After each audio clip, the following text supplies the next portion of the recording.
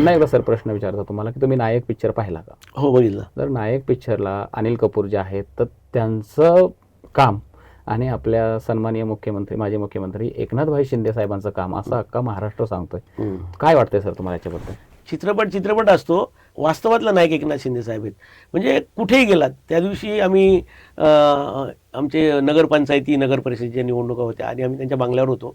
आम्हाला माहिती होतं आम्हाला शेवटी बोलवणार ते, कारण त्यांच्या स्वाक्षऱ्या घ्यायच्या होत्या AB फॉर्मवर आणि काही गोष्टी त्यांना बोलायच्या असतात इतर. आणि पहाटे 3:30-4ला आम्ही त्यांच्याशी समोर होतो उभं. तर आमच्याबरोबर आमचा सहकारी विजय उभा राहिला साहेबांच्यावर, त्याला फोटो काढायचा. फोटो काढला साहेबांनी. तर मी बोललो, साहेब फार पूर्वी कॅमेरे नव्हते, आता मोबाईल सहज उपलब्ध आहेत, कॅमेरे, DP. तर महाराष्ट्रातल्या मला वाटतं जवळ 1-2 करोड मोबाईलवर तुमच्यासोबत असलेले DP असलेले फोटो आहेत. तर मला बोलले, आपल्याला काय द्यायचं लोकांना, मला फक्त बाजूलाच उभं राहायचं असतं ना. मग अर्ध्या क्षणासाठी त्याला जो आनंद कायमस्वरूपी मिळत असेल तो मी का देऊ नये. बऱ्याच वेळा मोबाईलवर सेल्फी काढताना त्या समोर तो घाबरलेला असतो थोडासा, बाजूला माझ्या DCM उभे आहेत, मुख्यमंत्री उभे आहेत. तर बोलतो मीच त्याला मोबाईल घेतो आणि मी त्याला सेल्फी काढून देतो.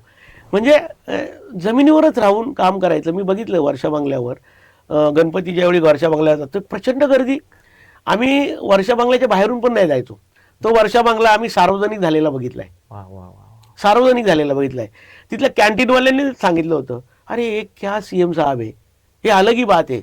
कारण रात्रभर आलेला कार्यकर्ता, चहा पान नाश्ता आणि सहज तुम्ही आलायत तर मुख्यमंत्री तुम्हाला ओळखतही नसेल कोणाच्या माध्यमातून, तुम्ही सहजपणे तिथे वावरायचे. त्याचं कारण एकनाथ शिंदे साहेबांचं व्यक्तिमत्व होतं. आजही लाडका भाऊ ही जी इमेज आहे ना ती त्यांचीच आहे, त्यांचीच. म्हणजे हा विचार, हा कन्सेप्ट कोणाच्या डोक्यात येऊ शकत नव्हता. परंतु लाडका भाऊ हा विषय आणि लाडकी बहीण, अरे काय लोक जोडली त्यांनी. अगदीच. हा असा जो माहोल बघितला मी, तर कुठेही गेले ना तर हात अक्षरशः राख्यांनी गच्च भरले जातात. म्हणजे हे प्रेम आहे ना, हे प्रेम पैसे देऊन मिळत नाही, राजकारण करून नाही मिळत, तर तुमचा पाया समाजकारणच असावा लागतो.